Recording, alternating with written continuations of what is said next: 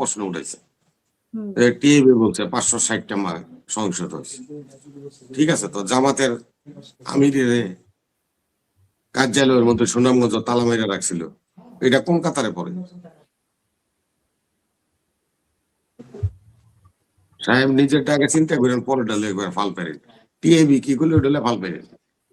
আপনারা কি করছেন হিরাতে?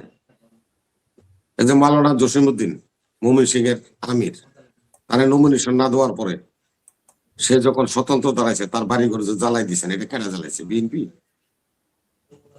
খবর রাখেন, নিজেরা শুদ্ধ হন, তারপর অন্যের নামে বদনাম করবেন। এগুলি টুটকা ফাটকা কথাতে চলবে। শুনেন, জুলাই সনদ আমরা স্বাক্ষর করছি। জুলাই সনদ যেহেতু আমরা স্বাক্ষর করছি, অবশ্যই আমরা জুলাই সনদ বাস্তবায়ন করার জন্য হা ভোটের পক্ষে আমরা থাকবো এবং হা ভোট দিব। জাতির উদ্দেশ্যে আর একটা কথা বলি, ওনারা কি কাগজে লিখলো এটা দেখে আমরা ভোট দিব না। আমরা যদি নির্বাচিত হয়ে সরকার হই, শহীদ রাষ্ট্রপতি জিয়াউর রহমান সংবিধানে যে বিসমিল্লাহ লিখেছিল আমরা সেটা লিখব, এবং এই দেশের রাষ্ট্রধর্ম ইসলাম ছিল, আমরা রাষ্ট্রধর্ম ইসলাম বানাবো। এটা ওনারা কি লিখলো কাগজে তাতে আমাদের কিছু আসে না, এটাও আমরা বলে দিলাম। কর্মসংস্থান নিয়ে কথা শুনেন, আপনারা যে কর্মসংস্থানের কথা বলেন, একজনের যে প্রবাসী কি জানি কইলো বিজয়নগরের, চিনি তো আমিও ছেলেদের, ওর বাড়িতে সারাদিন ডাকাতি, কয়েক কোটি টাকার মালিক, আর কোন জায়গার জমিদারি আছে তার দেশে, তাগো এলাকায় বিজয়নগর চিনি তো আমরা, ডেলি ডেলি ডাকাতি হয়। আমাদের দেশে এতগুলি মিডিয়া, এতগুলি টেলিভিশন, আমরা কোথাও কেউ কোনোদিন দেখি না এরকম যে ডেলি ডেলি ডাকাতি হয়েছে। তাহলে তো এটা একটা আলোড়ন সৃষ্টি হবে। একটা থানায় যদি প্রতিদিন রাত্রেবেলা ডাকাতি হয়, তাহলে আইন শৃঙ্খলার পরিস্থিতি কোথায় যায় দাঁড়ায়? এটা কি হয়? আইন শৃঙ্খলা বাহিনী কি নিশ্চুপ থাকবে? তাদের কর্মকাণ্ড নিয়ে কি প্রশ্ন উঠবে না? বলার প্রয়োজনে বললাম, হ্যাঁ আমার এলাকাতে ওই দিন ডাকাতি হয়েছে, 6 মাসে একবার ডাকাতি হয়েছে।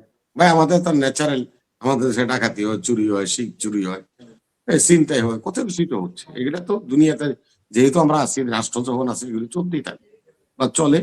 এগুলিকে আমরা কন্ট্রোল করার জন্য যা চেষ্টা করা, আর আমাদের পুলিশ প্রশাসন 5 তারিখের পরে যে অবস্থা এসে দাঁড়াইছে, আইন শৃঙ্খলাকে কন্ট্রোল করা এখন আমাদের জন্য সবাই নৈতিক দায়িত্ব।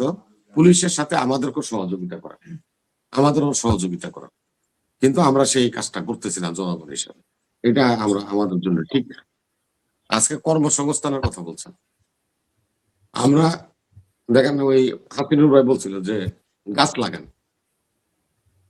আমাদের যে প্ল্যান আছে আমাদের চেয়ারম্যানের, ওর মধ্যে উনি বলছেন যে 25 কোটি গাছ লাগাবেন যদি আমরা নির্বাচিত হতে পারি। এটাকে নিয়ে যা ইচ্ছা তা ফেসবুকের মধ্যে লিখলো, খাম্বা তারে অমুক তমুক, গাছ দিয়া খাম্বা বানাইবো, এইটা করব সেটা করব, যা যা মনে এলো তাই। এনভায়রনমেন্ট, পরিবেশ রক্ষা করতে হলে তো গাছ লাগাতো। হাসিনুর ভাই আপনার স্মরণ আছে, দেখেন রেল লাইনের চারপাশ দিয়ে গাছ লাগাইছিল বেগম জিয়া, খেয়াল আছে? এখনো কিন্তু রেল লাইনের পাশ দিয়ে কিন্তু গাছগুলি আছে, অনেক বয়স হয়ে গেছে, খাইতে পারে পরিষ্কার করতে চায়, নাইলে দুর্ঘটনা করতে পারে। এই জন্য সকল মহাসড়কের মধ্যে গাছ লাগাইছিল বেগম জিয়া।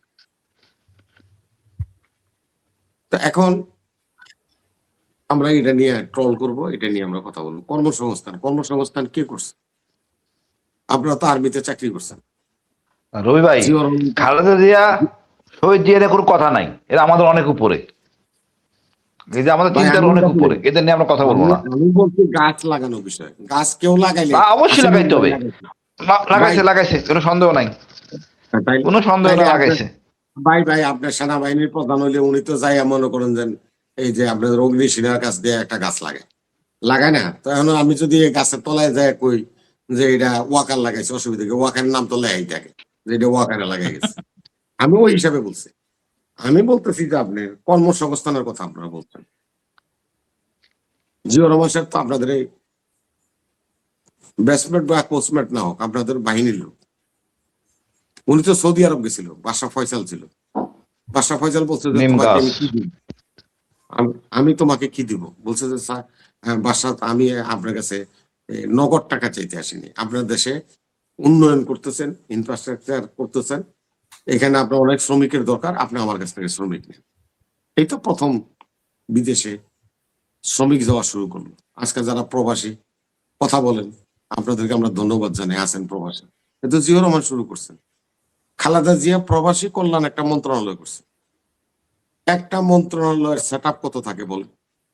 আপনারা তো একটা ব্রিগেডে থাকেন, একটা ব্রিগেডে বা একটা সিইও হিসাবে ইয়েতে থাকেন, তো আপনাদের একটা ব্রিগেডের কত সেট আপ লাগে? তাহলে প্রবাসী কল্যাণ মন্ত্রণালয় একটা নতুন মন্ত্রণালয়, কতগুলি লোকের কর্মসংস্থান আছে। এই বেগম জিয়ার শিশু ও নারী মহিলা আপনার মন্ত্রণালয় বানাইছে, তো কতগুলি মানুষের কর্মসংস্থান হয়েছে। এই বেগম খালেদা জিয়া মুক্তিযোদ্ধা আপনার মন্ত্রণালয় বানাইছে, সেখানে কত লোক সেট আপ আছে, কত লোকের চাকরি হয়েছে। এই জিয়াউর রহমান গার্মেন্টস এই দেশে নিয়ে আসছে। আজকে যে মহিলাগুলো নিয়ে আপনারা যাতা বলেন, এই জিয়াউর রহমান গার্মেন্টস এই দেশে নিয়ে আসছে। আজকের এই সেক্টরের 80% মহিলা কাজ করে, 80% শ্রমিক হলো মহিলা।